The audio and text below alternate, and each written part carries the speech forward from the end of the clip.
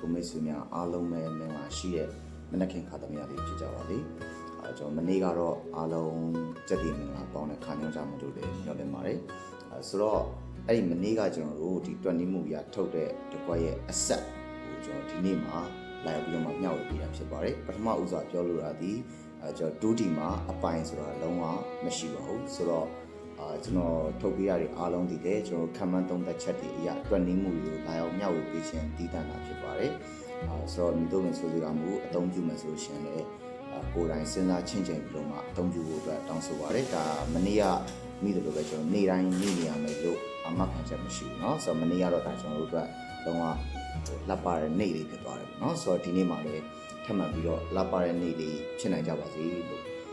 ဆုမကောင်းတောင်းပါတယ်ဆိုတော့ကျွန်တော်တို့20မှုလေးတွေကိုရှုစားလိုက်အောင်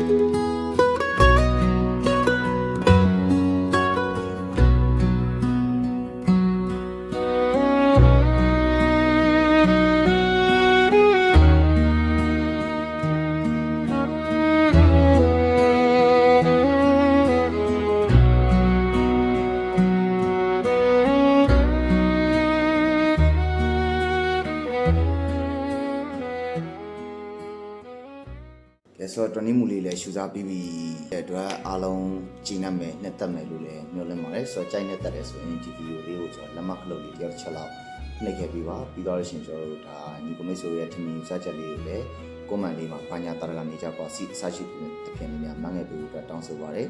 ပြီးတော့တခြားသူတွေလည်းမြင်အောင်လို့ဗီဒီယိုလေးကို share သွားပေးဖို့အတွက်လည်းတောင်းဆိုပါတယ်ဆိုတော့ဒီလိုဗီဒီယိုလေးအများအားကြည့်နေဖို့အတွက်ကျွန်တော်ရဲ့ဒီ channel လေးကိုလည်းဒီခါလေး like and subscribe လေး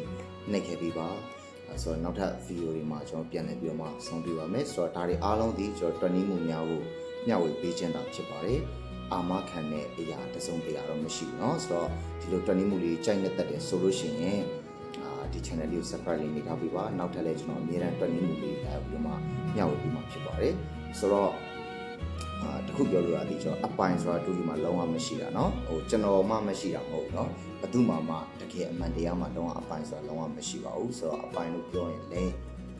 ပြောလာတဲ့သူတွေရှိခဲ့ရင်လည်းတတိထားပါလို့အဲ့ဒါတွေကလူလည်ညာတွေဖြစ်နိုင်ရများပါတယ်ဆိုတော့ကျွန်တော်အများအားပြောလို့ပဲ6လအတွင်းပြက်ပင်မရှိတာတစ်နှစ်အတွင်းပြက်ပင်မရှိတာဒါမျိုးတွေသာရှိတယ်ပေါ့နော်အပိုင်လို့မရှိပါဘူးဆိုတော့ ဒီနားလေးမှာတခန်းခွင့်ပြုပါအားလုံးဘာပဲအသုံးပြုဘယ်မူတွေကိုပဲအသုံးပြုမိမိအသုံးပြုတဲ့မူနဲ့ဒီထွက်စင်နေနဲ့အားလုံးထပ်တူကြပါစေလို့စတောင်းပေးနေပဲဒီနားလေးမှာတခန်းခွင့်ပြုပါအားလုံးရှုံးနေပါတောင်းနေကြပါစေဘိုင်